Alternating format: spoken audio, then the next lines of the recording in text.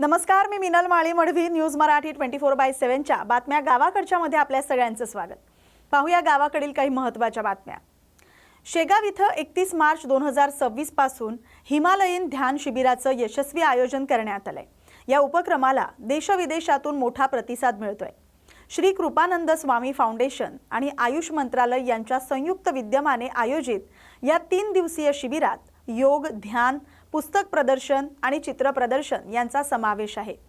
या शिबिरासाठी भारतासह जर्मनीसारख्या देशातूनही नागरिक सहभागी झालेत.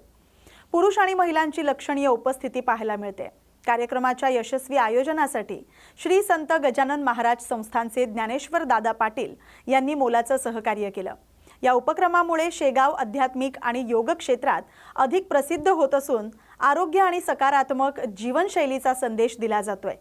या बातमीचा आढावा घेतलाय प्रतिनिधी अक्षय मांटे यांनी. आपण बघू शकता या ठिकाणी हे पुस्तकांचं प्रदर्शन आहे. या ठिकाणी हे पुस्तक विक्रेते आहेत. नमस्कार. हिंदी मराठी मराठी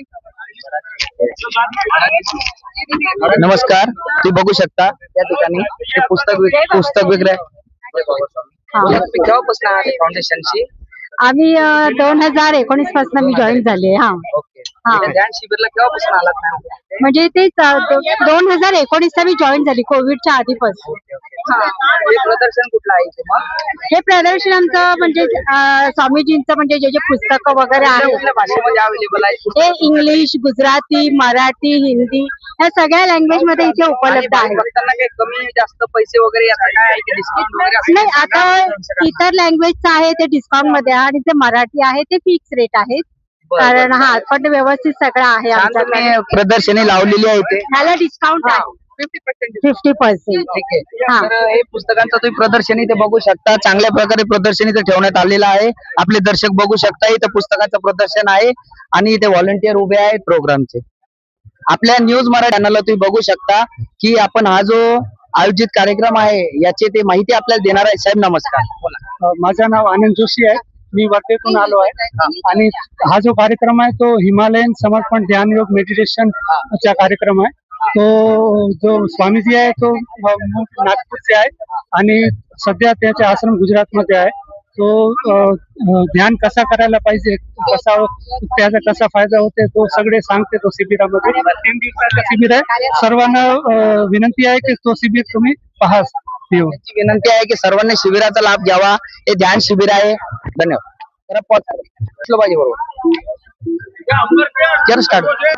आपण बघू शकता या ठिकाणी एक प्रदर्शन आहे. हिमालयीन ध्यान योग जे आहे त्या शिबिराचं या ठिकाणी आहे. ते व्हॉलंटियर आहेत.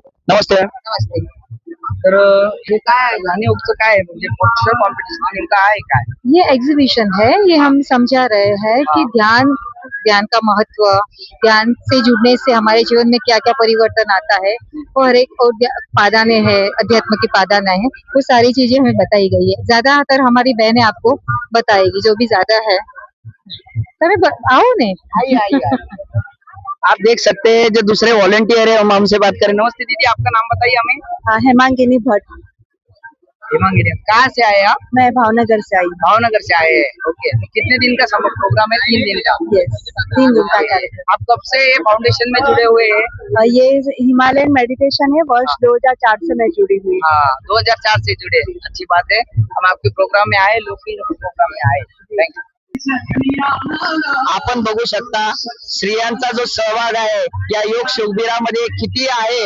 हा सहभाग खूप मोठ्या प्रमाणात आहे. तर आता आपल्या समोर काय नाव आपलं ताई? मी अस्मिता अभंग देशपांडे. कुठल्या आहात आपण? आम्ही मुंबईवरून आलो आहोत आणि आम्ही स्वतः स्वामीजीचे खूप भक्त आहोत. त्यामुळे आम्हाला खूप आनंद होतोय. एवढ्या मोठ्या मॉलमध्ये स्त्रियांचा सहभाग आहे आणि खूप आनंद होतोय की अशा स्वामीजींच्या सहवासात चैतन्य यांना ग्रहण करायला सगळेजण आलेले आहेत.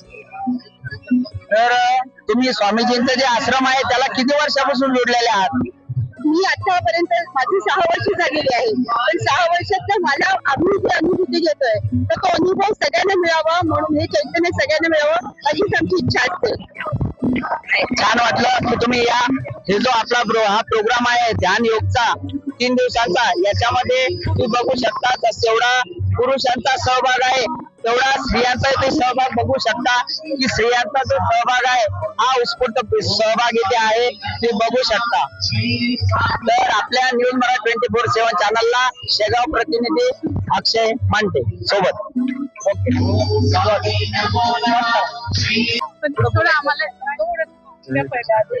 करा चालू, काय प्रॉब्लेम. दोघी बोला थोड्या कॉन्फिडन्स केलं चालू. आपण बघू शकता स्त्रियांचा सहभाग किती आहे या ध्यानयोग शिबिरामध्ये. तर कुठून आलात आपण? नागपूर. ओके. तुम्ही मॅडम? आम्ही मुंबईवरून आलो आहोत आणि जवळजवळ शिवजयंतीपासून आपला प्रचार कार्य चालू आहे. तुम्ही प्रचारमध्ये ट्रकमध्ये आहात का? आम्ही प्रचारात होतो, आम्ही साधक पण आहोत आणि मुंबईवरून आले आहेत. आणि या म्हणजे आपल्या याच्यापूर्वी आळंदीला सुद्धा झालाय.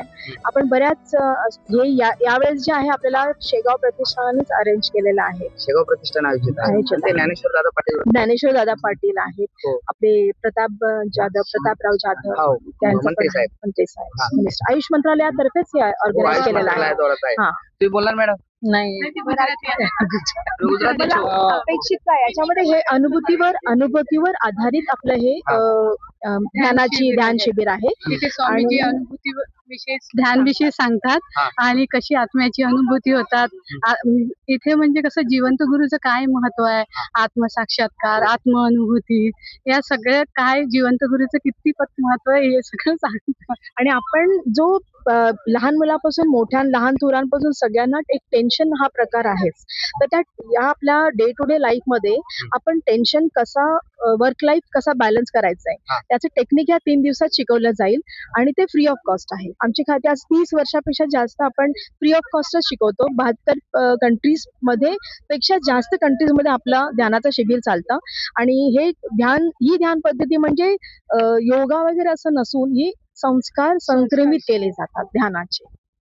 हे मॅडम आता तुम्ही सांगितलं एवढं तर शिबिर मोफत आहे का? मोफत एकदम निशुल्क. तुम्ही आता बघू शकता हे शिबिर मोफत आयोजित करण्यात आलेलं ध्यानयोगचं शेगावला.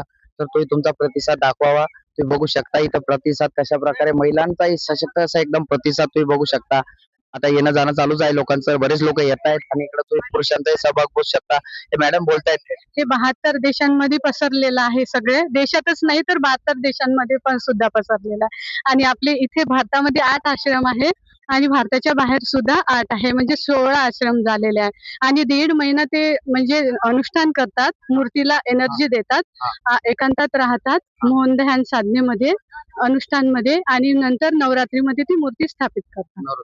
हाँ, सबसे पहले अपने औरत लोगों के लिए जो बहुत तरह की चिंता रहती है, लेकिन यहाँ आने के बाद में ऐसा लगता है कि जीवन की सारी चिंता मुक्त हो जाती है, आपका टेंशन चला जाता है. पहले जितना फर्क पड़ता था अब मॅडम मराठी बोलत होत्या हो, मराठी बोला आपल्या चॅनलला. मैम आप हिंदी बात कीजिए. जय बाबा स्वामी. जय बाबा स्वामी. हम लोगों का स्वामी जी मेडिटेशन सिखाने के लिए इधर आए हैं. हम लोगों का बीमारी सब कुछ टेंशन बीमारी सब कुछ देहों का होता है, आत्मा का कुछ नहीं है. हम लोगों का ध्यान अगर करते हैं तो आत्मभाव जागृत होता है. तो आत्मभाव जागृत होने के बाद तो अब हम लोगों का देहों का सब कुछ बीमारी होता है, सब कुछ आत्मा का तो कुछ नहीं है. तो आत्मभाव जागृत करने के लिए मेडिटेशन सिखाने के लिए हम लोगों का गुरुदेव आए हैं. आप कहाँ से आए हुए हैं? हम वेस्ट बंगाल से हैं. आप वेस्ट बंगाल से आए हैं. तो बाबा जी के आश्रम से कितने साल से जुड़े हुए हैं आप? हम 2004 से जुड़े हुए हैं. वो मुंबई में कुल्ला ग्राउंड में हम पहले शिविर किए थे. हाँ. मुंबई में. तो आप देख सकते हैं कि वेस्ट बंगाल से भी यहाँ पर लोग आए हैं योगा करने के लिए. तो महाराष्ट्र वालों ने तो करना जरूरी है. तो देखिए आप वेस्ट बंगाल से एक लेडीज अपने यहाँ पे आए हैं. ते मॅडम बोलतायत, बोलू द्या मॅडम ना. बोला मॅडम. 72 देशात हे सगळं पसरलेलं आहे. जर्मनी 72 देशांत हे सगळं पसरलेलं आहे. देखिए मैडम बात करेंगे हमसे. अभी ये मैडम गुजरात से आए हैं, हम इनसे बात करते हैं कि उनको कार्यक्रम के लिए किस चीज से आए हैं वगैरह हम देखते हैं. बोलिए मैडम. यहाँ आकर बहुत अच्छा लग रहा है. मैं 7 साल से समर्पण ध्यान में हूँ और हम अमरेली से आए हैं बस लेकर. बट बहुत अच्छा लग रहा है यहाँ आकर. महाराष्ट्र में फर्स्ट बार आया है. अभी का जो माहौल है ना वो देखकर ऐसा लग रहा है कि यहाँ ही रह जाए ऐसा लग रहा है. हे बघू शकता तुम्ही की गुजरातवरून लोक आले, बंगालवरून लेडीज आले ते बोलतात मॅडम. आणि मला युके आपल्याकडे कंट्रीज फॉरेन जर्मनी युके इथून सुद्धा आपल्याकडे साधक आलेले आहेत. इतकं बघू शकता. आणि मला म्हणजे कसं आधी असं बाबा लोकांवर विश्वास नव्हता, पण मला पण मी गेली होती ते जे नागपूरला शिबिर झालं ना तिथे गेली होती, पण गेल्यानंतरही मी त्यांच्या पद्धतीने ध्यान नव्हती करत. पण एकदा एक तरी कोणतरी गुजरात मधलेच मला ऑटो मध्ये दिसले आणि त्यांनी मला स्वामीजीचा ग्रंथ दिलाय आणि मग मला असं मनातून असं वाटत होतं की गुरु म्हणजे फक्त मनातून मानायचा, माळ किंवा टीका लावून गुरु नाही मानायचा. माझं हीच होतं आणि जोपर्यंत मी मनातून नाही मानी तोपर्यंत मी माळ घालणार नाही किंवा त्याच्यासाठी गुरु नाही मानणार. नक्कीच तुम्ही बघू शकता त्यांनी चांगली प्रतिक्रिया आपल्या चॅनलला दिली आहे. धन्यवाद. ऍक्च्युली आम्ही 2-3 दिवस येणारच आहोत आता. भगवान आडवं करा. प्रसिद्ध मंदिर आहे. आडवं करा. याचे नाव पुढे शिवगंगा करा चालू. आणि आज ते आज तुम्ही बघू शकता की आपण तिथे बघितलं लोकांच्या प्रतिक्रिया इथं आलेल्यांच्या. तर तुम्ही इथं जे आहे साधक त्याचं बघू शकता. तर इथे साधक आहे ते गुजरातून आलेले आहेत. येथे वास्तव्यास कहाँ से आए हो आप? हम लोग भरूच से आए गुजरात. तुम्ही बघू शकताय भरूचून आलेले ते सर्व आहेत. आता बऱ्यापैकी इथे भरणार आहे. तर बरेचसे भाविक इथं ध्यान योग शिबिरासाठी येत आहेत. तर आपल्या न्यूज मराठी 24/7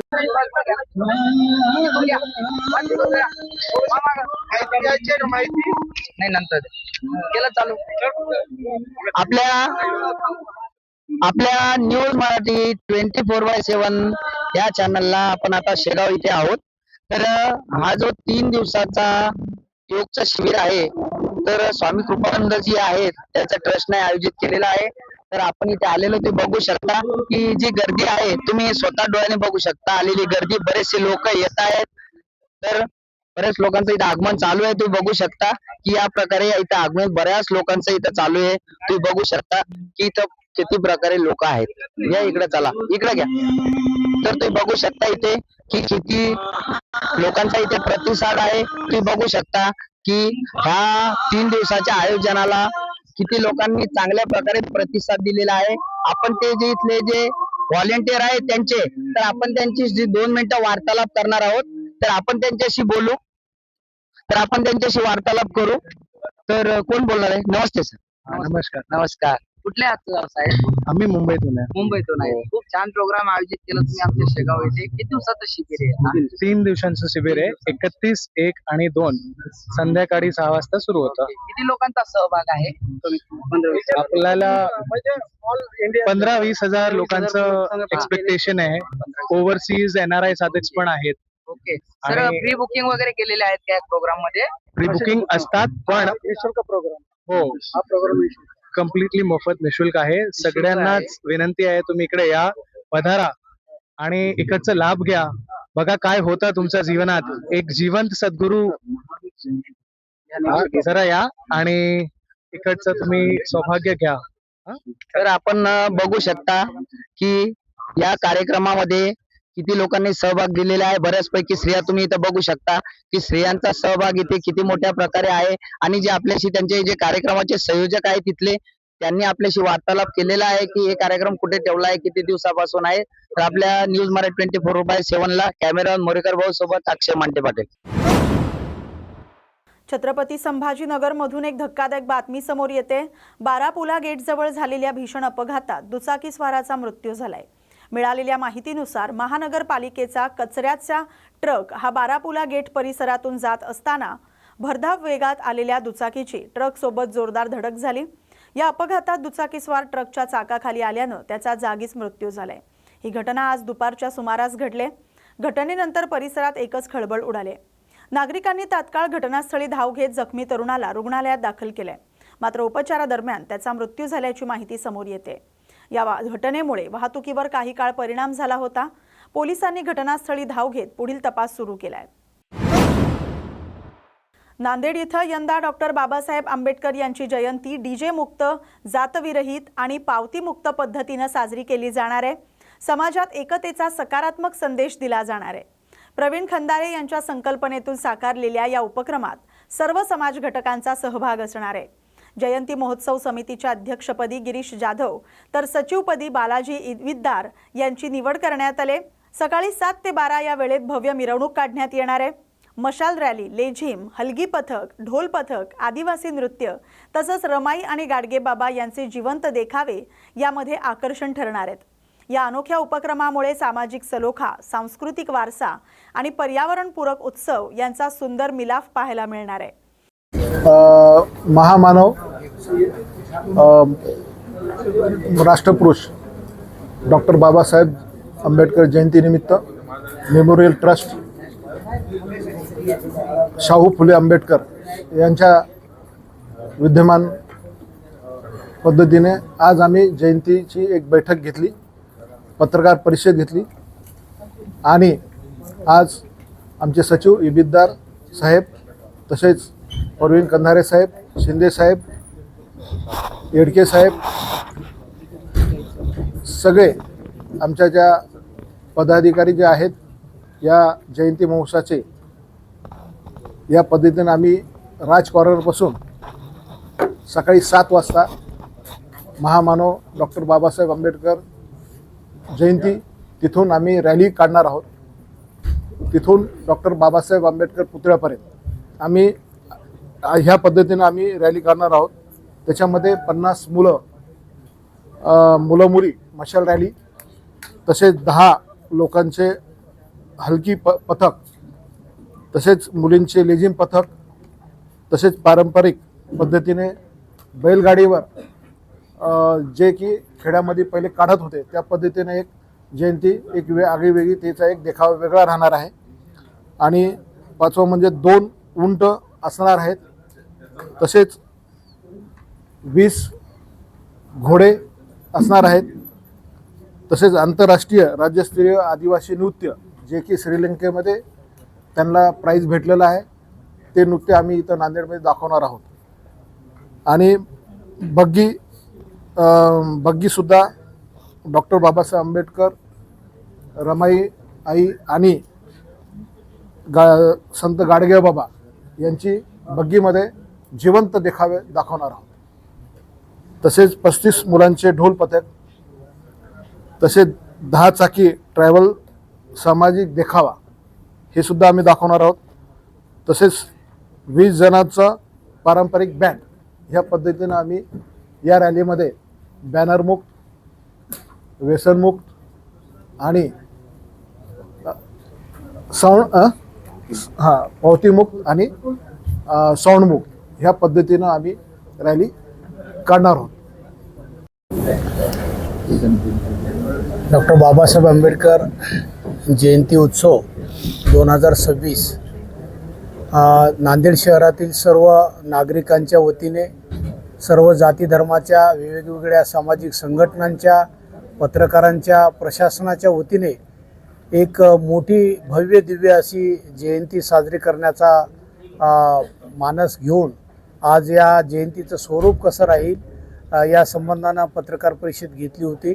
आत्ताच या जयंती उत्सव समितीचे सन्मान्य अध्यक्ष गिरीशभाऊ जाधव यांनी सांगितल्याप्रमाणे एक आगळं वेगळं स्वरूप या जयंतीचं राहणार आहे.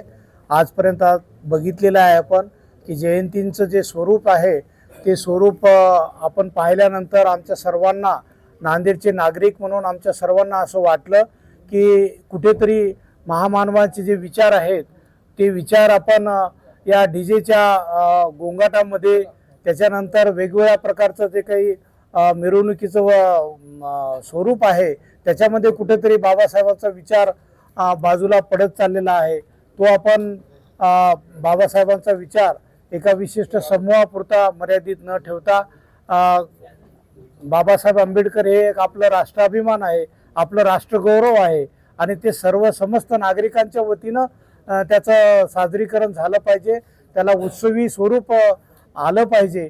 आणि ते उत्सवी स्वरूप आपण नांदेड शहरामध्ये जेव्हा मिरवणूक निघणार आहे ती मिरवणूक आपण ज्या पारंपरिक मिरवणुका निघतात त्या मिरवणुकीच्या अगोदरच ही मिरवणूक संपावी यासाठी आपण सकाळी 7 वाजता ठीक ही मिरवणूक आपण शोभायात्रा काढणार आहोत. आणि तिचं 12च्या आत आपण डॉक्टर बाबासाहेब आंबेडकरांच्या पुतळ्याजवळ या जयंती मिरवणुकीचा समारोप करणार आहोत. अकोला येथील सिव्हिल लाईन पोलीस ठाण्यात एका महिला आरोपीकडे सहाय्यक पोलीस निरीक्षकानं अश्लील मागणी केल्याचा गंभीर आरोप करण्यात आलाय. या प्रकरणाचा व्हिडिओ समोर आल्यानं खळबळ उडाली. घटनेची माहिती मिळताच वरिष्ठ अधिकारी अनिल जुमळे यांनी तात्काळ दखल घेत चौकशी सुरू केली आहे. संबंधित अधिकाऱ्यावर निलंबनासह कडक कारवाई होण्याची शक्यता व्यक्त केली जाते. या घटनेमुळे पोलीस ठाण्यातील महिला सुरक्षिततेचा मुद्दा पुन्हा एकदा ऐरणीवर आलाय. दोषींवर कठोर कारवाई होण्याची अपेक्षा व्यक्त होते. कर्मचारी कसला, ASI लेवलचा अधिकारी आहे रे तो, जबाबदार माणूस वर्दीमध्ये. काय म्हणायचं, म्हणजे काय बोलावं तेच सुचत नाही. निषेध करावा तितका कमी, विषण्ण मन होतं, राग करावा तितकं कमी, आणि शिक्षा तरी काय द्यायची. कधी कधी तर असं वाटतं त्या मिडल ईस्ट सारखं, बलात्कार केला, बलात्कार झाला, मोलेस्टेट केलं, लैंगिक अत्याचार केला, हे कळल्याबरोबर सरळ फाशीच द्यावी. ते काही करत नाही, चौकात फाशी देतात त्यांना. आपला भारतीय राज्यघटनेप्रमाणे आणि आपल्या भारतीय कल्चरप्रमाणे आपण ते करू शकत नाही, हे मला मान्य आहे. रागाच्या भरात आपण हे बोलतो, पण हा जो सदर माणूस आहे यानं त्या महिलेला जी कस्टडीमध्ये होती, सायबर क्राईम करून 80 लाखाचं काहीतरी फ्रॉड करून, एक पुरुष आणि एक महिला या दोघं, तिला म्हणाला तुम्ही इतक्या सुंदर आहात, तुमची मुलगी किती सुंदर असेल, किती वर्षाची आहे, 27 वर्षाची, तिला माझ्याकडे एक रात्र पाठवा, मी 10,000 रुपये देतो. याला काय त्या पोलीस स्टेशनमध्ये वेश्यालय उडायचं होतं, ब्रॉदेल करायचं होतं, कुंटणखाना करायचा होता. वर्दीवरचा पोलीस जर हे करत असेल तर तो हिनियस क्राईम म्हणून नोंदण्यात यावा असं मला वाटतं, ज्यामुळे त्याला जास्तीत जास्त शिक्षा होईल. आणि अख्ख्या पोलीस प्रशासनाची जर बदनामी होत असेल तर याच्यामुळे होते, कारण जेव्हा ही घटना माहीत पडल्यावर आपल्या माननीय अधीक्षक आमचे अरिजित चांडक सर यांना मी फोन केला, ते म्हणाले कालच तात्काळ गुन्हा दाखल केला, अजामीनपात्र, आणि त्याला तत्काळ निलंबित सुद्धा केलेली आहे. फक्त याची कुणकुण लागल्यामुळे पोलीस स्टेशनमधूनच तो फरार झाला, ड्रेसवरच, हे त्यांनी सांगितलं. परंतु असा माणूस अशा पद्धतीनं निर्ढावलेपणानं, निर्लज्जपणानं आपल्या कस्टडीत आली म्हणून त्या महिलेला आपण काही करू शकतो असं ठरवत असेल तर त्याला लवकरात लवकर अटक करून त्याचाच बाजीराव त्याला दाखवावा असं मला वाटतं. अशी विनंती मी आपल्या माध्यमातून करेन. बुलढाणा जिल्ह्यातून विविध प्रकारचा भाजीपाला हा किरकोळ बाजारपेठेसह मुंबई, नागपूर आणि पुणे यांसारख्या ठोक बाजारपेठेमध्ये देखील निर्यात केला जातो. परंतु व्यावसायिक गॅसचा तुटवडा निर्माण झाल्यानं शहरातील अनेक मोठमोठे हॉटेल्स बंद ठेवण्यात आली आहेत. ज्यांनी गॅसला पर्यायी व्यवस्था केली आहे त्यांनी आपल्या हॉटेल रेस्टॉरंटमधील अनेक पदार्थ कमी केल्यानं परिणामी भाजीपाल्याचे दर चांगलेच कमी झालेत. उन्हाळ्यामध्ये प्रामुख्यानं मेथी, कोथिंबीर, लिंबू याला मिळणारे दर यावर्षी निम्म्यावर आलेत आणि याचा सरळ फटका हा शेतकऱ्यांसह मजूर आणि भाजीपाला व्यापाऱ्यांना बसतोय. माझं नाव संदीप वाघ आहे, मी व्यापारी भाजीपाल्याचा. आम्ही आता सध्या बुलढाणा जिल्ह्यात मेथी काढायला आलेलो आहे. आम्ही दररोज मेथी काढतो आणि वाशी, मुंबई, सुरत इथे मेथी नेतो. आता सध्या परिस्थिती थोडी भाव कमी आहे थोडी आता, पण चालू आहे आमचं. जवळपास 70-80 मजूर असतात आमच्याकडे. दररोजच्या 3-4 गाड्या माल काढतो आम्ही. आणि आता असं वाटतं थोडं 2-4 8 दिवसात भाव थोडे बरे होईल. कोण्या जिल्ह्यामधून तुम्ही शेतकरी? आम्ही आता जालना जिल्हा, बुलढाणा जिल्हा, असं या 2 जिल्ह्यातून माल आम्ही शेतकऱ्याकडून माल घेतो. शेतकऱ्याकडून आम्ही डायरेक्ट ठरवून घेतो शेत पूर्ण, आणि आम्ही बाया लावून आमचा माल काढून नेतो. कुठला भाजीपाल्याचा? आम्ही कोथमीर, मेथी हे 2 नेतो. बीडमध्ये शेतकरी नेते डॉक्टर अजित नवले यांनी गंभीर आरोप करत राज्याच्या राजकारणात खळबळ उडवली. त्यांच्या मते राज्यातील 39 लोकप्रतिनिधींनी भोंदूबाबा खरात यांच्या सांगण्यावरून करंगळ्या कापून घेतल्या आहेत. लोकप्रतिनिधींनी शपथ घेताना वैज्ञानिक दृष्टिकोन जोपासण्याची जबाबदारी स्वीकारलेली असताना अशा प्रकारे अंधश्रद्धेला खतपाणी घालणं ही शपथेचा भंग असल्याचा आरोप नवले यांनी केलाय. त्यामुळे या सर्व लोकप्रतिनिधींचे राजीनामे घ्यावेत अशी मागणी त्यांनी केली आहे.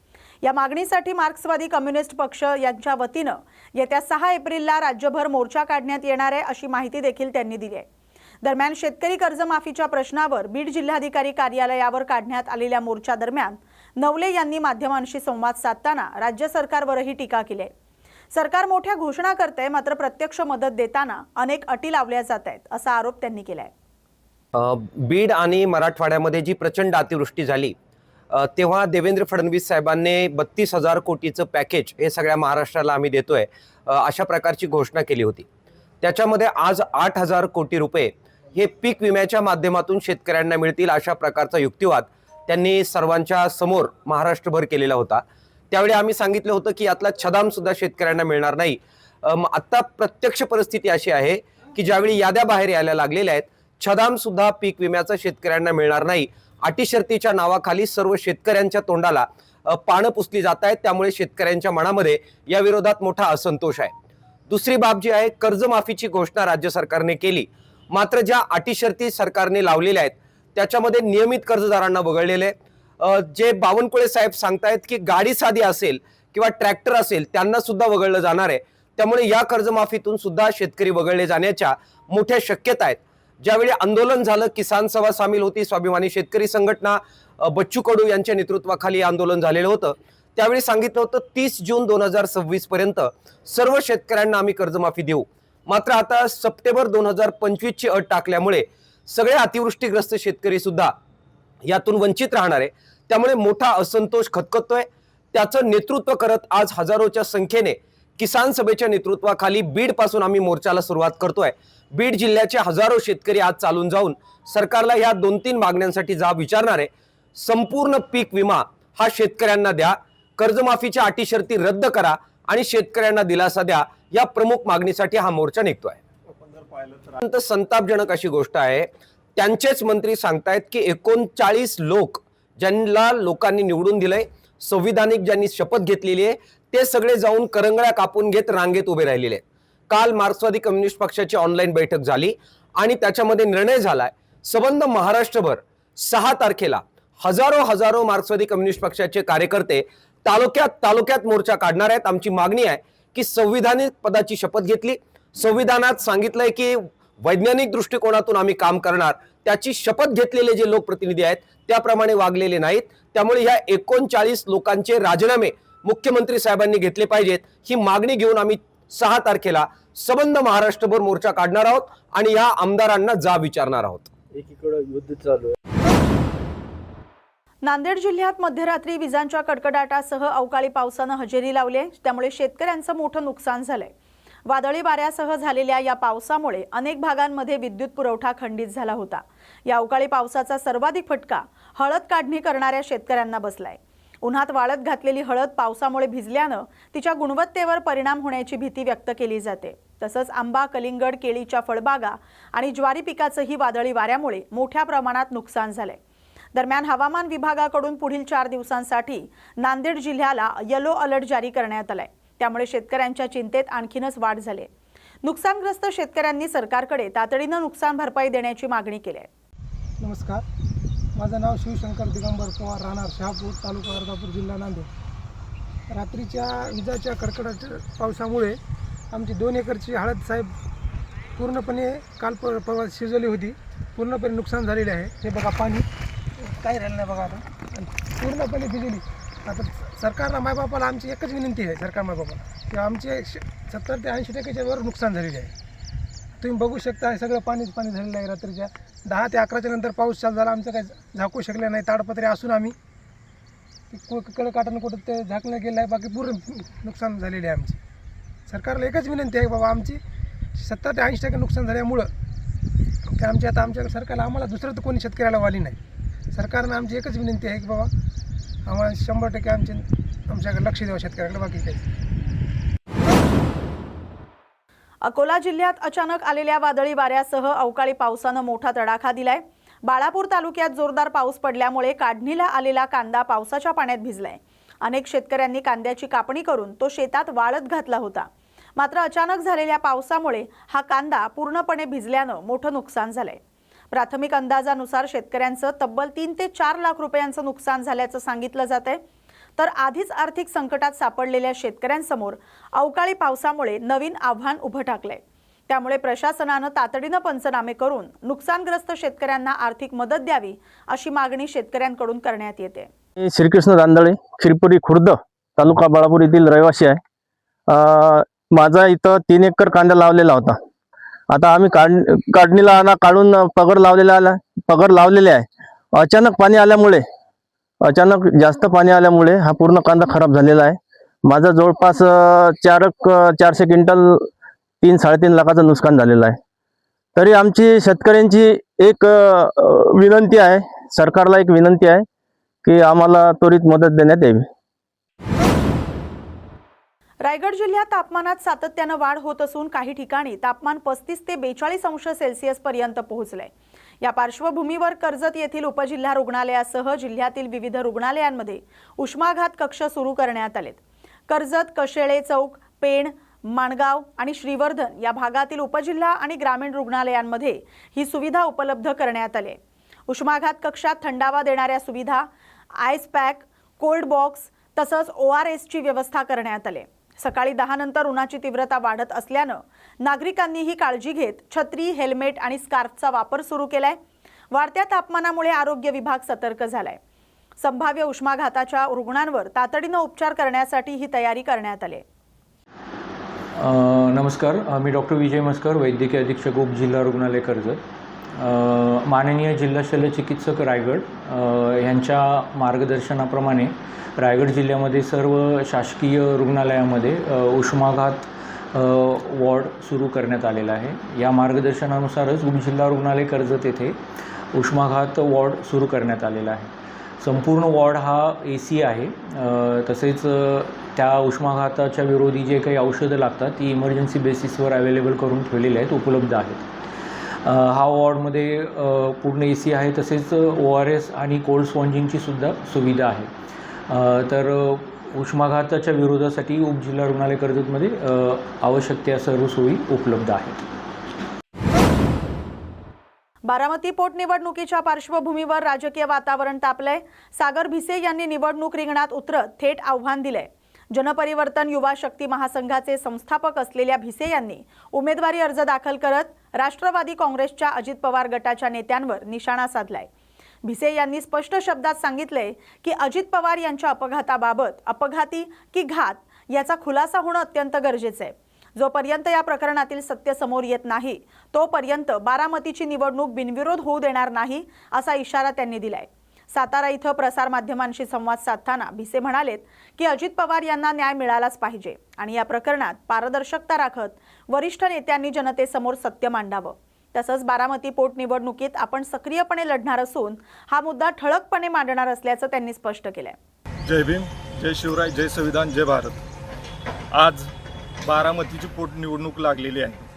बारामतीची पोटनिवडणूक लागली असताना ही अजितदादांच्या निधनानंतर ही पोटनिवडणूक लागली आहे। का ज्या अजितदादांनी महाराष्ट्र घडवला असा लोकनेता हरपला, त्यानंतरनं ही निवडणूक लागलेली आहे। वास्तविक पाहता राष्ट्रवादी पक्ष मोठा करण्यात अजितदादांचा मोलाचा वाटा आहे, पण त्यांच्या या अपघातावरती राष्ट्रवादीतले मोठे नेते स्वतःला समजणारे हे काही बोलत नाहीत आणि ह्या गोष्टीचा उलगडा लोकांसमोर करत नाहीत। अपघात की घात ह्या गोष्टी लोकांसमोर आल्या पाहिजेत। त्यामुळं या आम्ही बारामती पोटनिवडणूक लढवत आहे। जनपरिवर्तन युवा शक्ती महासंघाच्या वतीनं आम्ही 20 वर्ष चळवळीत काम करत असताना अजितदादांचा सहवास लाभला आणि त्यांनी राजकीयदृष्ट्या आम्हाला प्रकल्प केले। आता त्यांचे ऋण फेडण्याची वेळ आलेली आहे, कारण अजितदादा सारखा लोकनेता हा अखंड महाराष्ट्रांना घडवणारा हरपलेला आहे। त्यामुळे ह्या दुःखद गोष्टीला आणि ह्या सस्पेन्स असलेल्या गोष्टीचा उलगडा झाला पाहिजे आणि अजितदादांना न्याय मिळाला पाहिजे, ह्या भूमिका घेऊन आम्ही बारामती पोटनिवडणूक लढवत आहे। आणि पहिली गोष्ट म्हणजे जर अजितदादांचा अपघात की घात ह्या जर गोष्टीचा राष्ट्रवादीच्या वरिष्ठ नेत्यांनी खुलासा केला नाही, प्रदेशाध्यक्ष सुनील तटकरे साहेब, छगन भुजबळ अशा मोठ्या नेत्यांना अजितदादांनी मोठी केले, मंत्रिपद दिली, ह्या वरिष्ठ नेत्यांनी जर उलगडा केला नाही तर राष्ट्रवादी काँग्रेसला ही निवडणूक बिनविरोध करून देणार नाही। आम्ही हे इलेक्शन पूर्ण ताकदीनं तिथे लढवू आणि वाटलेच तर अजून 10 उमेदवार तिथे उभे करू, पण ही बिनविरोध इलेक्शन होऊन देणार नाही, कारण अजितदादांचं आम्हाला त्यांना न्याय दिल्याशिवाय आम्ही माझी संघटना गप्प बसणार नाही। सातारा जिल्हा रुग्णालयातील शल्य चिकित्सक डॉक्टर युवराज करपे यांना निलंबित करण्यात आले। मृतदेहाच्या अदलाबदलीच्या गंभीर प्रकरणामुळे ही कारवाई करण्यात आली। गेल्या 1 महिन्यात 2 वेळा मृतदेहांची अदलाबदली झाल्याचं समोर आलं होतं। या प्रकारामुळे रुग्णांच्या नातेवाईकांमध्ये संतापाची लाट उसळली होती। या प्रकरणाची गंभीर दखल घेत राज्य शासनाच्या आरोग्य विभागानं कर्तव्यात कसूर केल्याच्या कारणावरून डॉक्टर करपे यांना निलंबित केलंय। दरम्यान या संपूर्ण प्रकरणाची सखोल चौकशी करण्याचे आदेश देण्यात आलेत। विभागीय चौकशीद्वारे नेमकी जबाबदारी निश्चित केली जाणार आहे. या घटनेमुळे जिल्हा रुग्णालयाच्या कार्यपद्धतीवर प्रश्नचिन्ह उपस्थित झालेत. अदलाबदली होणं हा दुसऱ्यांदा प्रकार सिव्हिल हॉस्पिटलमध्ये झाला आहे. खरं तर हे गंभीर आहे. असं असताना तुमच्याकडून नेमके कारवाईचे काय आदेश देण्यात आले, काय सांगा? पहिली जी घटना घडली होती त्यामध्ये नातेवाईकांनी स्वतः आम्हाला लिहून दिलेलं आहे की आम्ही चुकून दुसऱ्याची बॉडी घेऊन गेलो होतो, आम्हाला ते समजलं नाही. असं पहिल्या घटनेमध्ये आम्हाला नातेवाईकांनी स्पष्ट आमच्याकडे लेखी दिलेलं आहे. आत्ताची जी दुर्दैवी घटना जी घडलेली आहे त्याच्यामध्ये पोस्टमॉर्टम PM करताना बॉडी ही वैद्यकीय अधिकाऱ्यांच्या ताब्यात असते. पोस्टमॉर्टम केल्यानंतर आमचे वैद्यकीय अधिकारी त्यांना ॲडव्हान्स सर्टिफिकेट पोलिसांकडे देतात आणि पोलिसांकडे ती आम्ही त्यांची रिसिप्ट देतो की बाबा ही ॲडव्हान्स सर्टिफिकेट आणि PM केल्यानंतरची बॉडी तुमच्या ताब्यात देण्यात येत आहे. आणि त्यानंतर मग पोलीस हे नातेवाईकांकडून ताबापावती घेऊन पोलीस हे बॉडी जी असते ती नातेवाईकांकडे देतात आणि त्यांची सही घेतात. हीच प्रोसेस या ठिकाणी अवलंबलेली आहे. आमच्या रजिस्टरनुसार सर्व नातेवाईकांनी त्या सह्या केलेल्या आहेत. पण जी पहिली बॉडी गेली त्यामध्ये ते त्यांनी ओळखता आली नाही किंवा काय माहीत नाही म्हणून त्यामुळे ते थोडं हे असा दुर्दैवी प्रकार घडलेला आहे. याबाबत आम्ही आत्ता आमचे जे पोस्टमॉर्टम करणारे जे कर्मचारी आहेत त्यांना निलंबनाचे आदेश दिलेले आहेत. पण चेहरा दाखवला गेला होता का नातेवाईकांना, किंवा तशा पद्धतीनं काही तसं लिहिलं गेलं होतं किंवा त्याच्याकडनं तशा सह्या घेतल्या होत्या? त्यांच्या सह्या तर मी घेतलेल्याच आहेत आम्ही, जसं मी आता सांगितलं की आमच्या रजिस्टरला आहे. चेहरा पण दाखवलेला आहे असे आमचे जे 2 कर्मचारी आहेत तिथं काम करणारे त्यांनी सांगितलं की आम्ही चेहरा दाखवलेला होता. ही दुर्दैवी घटना दुसऱ्यांदा घडलेली आहे सिव्हिलमध्ये. आत्तापर्यंत हे असे प्रकार घडत आहेत. प्रशासन फक्त खालच्या कर्मचाऱ्यांवर कारवाई करते, अधिकाऱ्यांच्या बाबतीत तुम्ही काही यामध्ये निर्णय घेणार आहे का नाही? आत्ताच्या घटनेमध्ये जे काही वरिष्ठ अधिकारी आहेत त्यांच्याबद्दल आम्ही वरिष्ठांना त्याबद्दल पत्रव्यवहार करत आहे आणि त्याप्रमाणे आम्ही वरिष्ठांकडून आदेश येतील त्याप्रमाणे आम्ही कारवाई करतो. तुम्ही नातेवाईकांशी बोललात, नातेवाईकांनी काय मागणी केली आहे? नातेवाईकांची जी मागणी पहिली होती, पहिल्यांदा आम्हाला त्यांनी मागणी केली की तुम्ही कारवाई करणार असं पत्र द्या, म्हणून आम्ही हे पुढचे त्यांचे काय असतील ते करतील. पण आता त्यांची परत मागणी होती की त्या संबंधित कर्मचाऱ्यांना निलंबनाचे आदेश द्या. त्याप्रमाणे आपण ती प्रोसेस सर्व पूर्ण केलेली आहे. या सगळ्या घटनेमध्ये कुठेतरी जिल्हा रुग्णालय जबाबदार आहे का या सगळ्या घटनेला? आता ही पोलीस प्रशासनाचीच जास्त जबाबदारी आहे. पोलिसांनी तिथं थांबणं गरजेचं होतं आणि त्यांनी ती बॉडी बघून त्यांच्या, कारण ती कायदेशीरदृष्ट्या त्यांच्याच ताब्यात देतो आम्ही. PM झाल्यानंतर बॉडी आधी पोलिसांच्या ताब्यात देतो आम्ही, डायरेक्ट नातेवाईकांच्या ताब्यात देत नाही. अदलाबदली होणं हा दुसऱ्यांदा प्रकार सिव्हिल हॉस्पिटलमध्ये झाला आहे. खरं तर हे गंभीर आहे. असं असताना तुमच्याकडून नेमके कारवाईचे काय आदेश देण्यात आले, काय सांगा?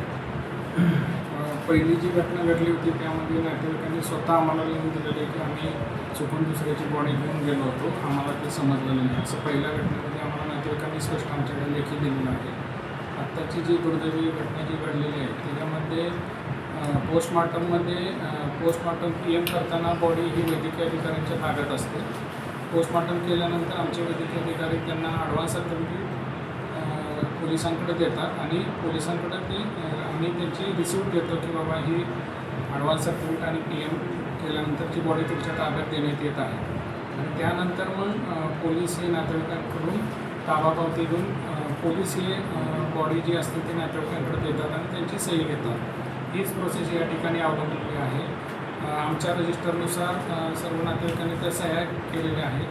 पण जी पहिली बॉडी गेली त्यामध्ये ते त्यांनी ओळखता आली नाही किंवा काय माहीत नाही म्हणून त्यामुळे ते थोडं हे असा दुर्दैवी प्रकार घडलेला आहे. याबाबत आम्ही आत्ता आमचे जे पोस्टमॉर्टम करणारे जे कर्मचारी आहेत त्यांना निलंबनाचे आदेश दिलेले आहेत. पण चेहरा दाखवला गेला होता का नातेवाईकांना, किंवा तशा पद्धतीनं काही तसं लिहिलं गेलं होतं किंवा त्याच्याकडनं तशा सह्या घेतल्या होत्या? त्यांच्या सह्या तर मी घेतलेल्याच आहेत आम्ही, जसं मी आता सांगितलं की आमच्या रजिस्टरला आहे. चेहरा पण दाखवलेला आहे असे आमचे जे 2 कर्मचारी आहेत तिथं काम करणारे त्यांनी सांगितलं की आम्ही चेहरा दाखवलेला होता. ही दुर्दैवी घटना दुसऱ्यांदा घडलेली आहे सिव्हिलमध्ये. आत्तापर्यंत हे असे प्रकार घडत आहेत. प्रशासन फक्त खालच्या कर्मचाऱ्यांवर कारवाई करते, अधिकाऱ्यांच्या बाबतीत तुम्ही काही यामध्ये निर्णय घेणार आहे का नाही? आत्ताच्या घटनेमध्ये जे काही वरिष्ठ अधिकारी आहेत त्यांच्याबद्दल आम्ही वरिष्ठांना त्याबद्दल पत्रव्यवहार करत आहे आणि त्याप्रमाणे आम्ही वरिष्ठांकडून आदेश येतील त्याप्रमाणे आम्ही कारवाई करतो. तुम्ही नातेवाईकांशी बोललात, नातेवाईकांनी काय मागणी केली आहे? नातेवाईकांची जी मागणी पहिली होती, पहिल्यांदा आम्हाला त्यांनी मागणी केली की तुम्ही कारवाई करणार असं पत्र द्या, मग आम्ही हे पुढचे त्यांचे काय असतील ते करतील. पण आता त्यांची परत मागणी होती की त्या संबंधित कर्मचाऱ्यांना निलंबनाचे आदेश द्या. त्याप्रमाणे आपण ती प्रोसेस सर्व पूर्ण केलेली आहे. या सगळ्या घटनेमध्ये कुठेतरी जिल्हा रुग्णालय जबाबदार आहे का या सगळ्या घटनेला? ही पोलीस प्रशासनाचीच जास्त जबाबदारी आहे. पोलिसांनी तिथं थांबणं गरजेचं होतं आणि त्यांनी ती बॉडी बघून त्यांच्या, कारण ती कायदेशीरदृष्ट्या त्यांच्याच ताब्यात देतो आम्ही. PM झाल्यानंतर बॉडी आधी पोलिसांच्या ताब्यात देतो आम्ही, डायरेक्ट नातेवाईकांच्या ताब्यात देत नाही.